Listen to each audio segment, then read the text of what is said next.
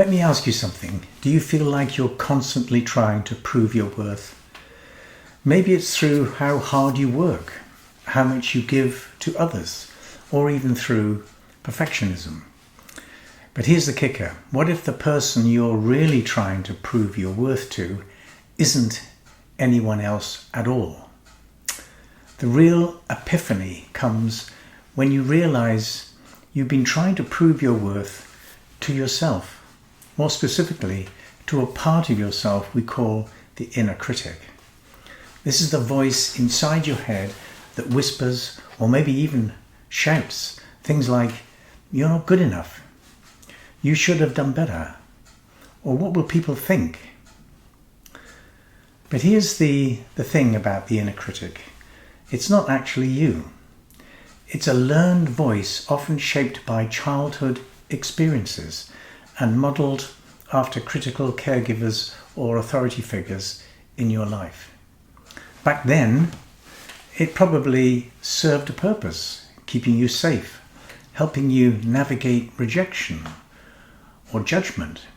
But now, it's outdated. And instead of protecting you, it's keeping you stuck in self-doubt and exhaustion.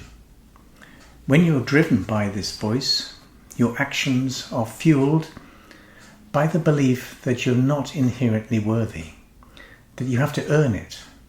That's why you might find yourself chasing approval, striving for perfection, or trying to control how others perceive you.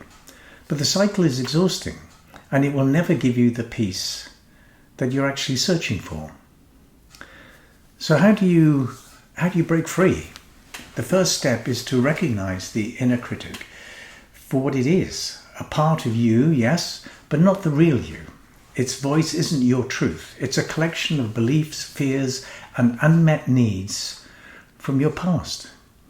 The second step is to take responsibility for your own self-judgment. This isn't about blaming yourself.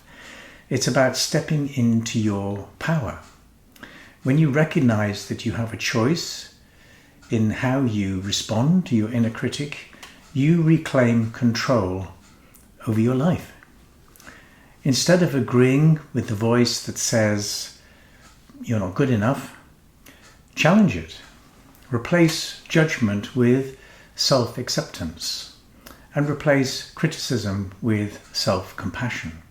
For example, when your inner critic says you'll never measure up, try responding with "I am enough, just as I am, and I don't need to prove it to anyone, including myself." And here's why this matters so much. Your inner critic doesn't just impact you, it deeply affects your inner child.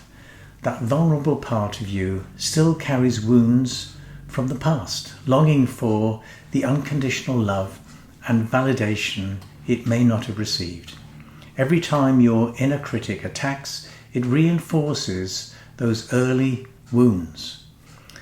But when you respond with compassion, you're not just standing up to your inner critic, you're also showing up for your inner child.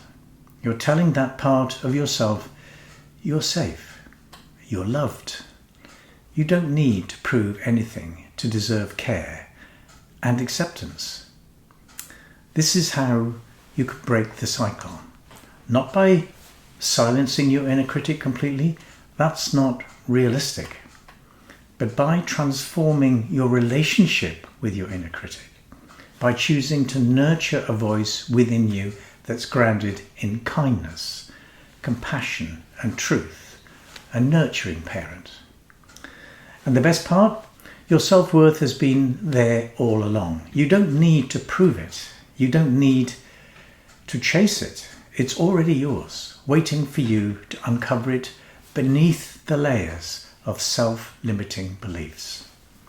So what's the next step? It's deciding that today is the day you stop listening to your inner critic and start listening to the compassionate, loving voice that's always been within you. Now, if this resonates with you and you're ready to explore what's possible in your life, I invite you to visit my website and book a free discovery call.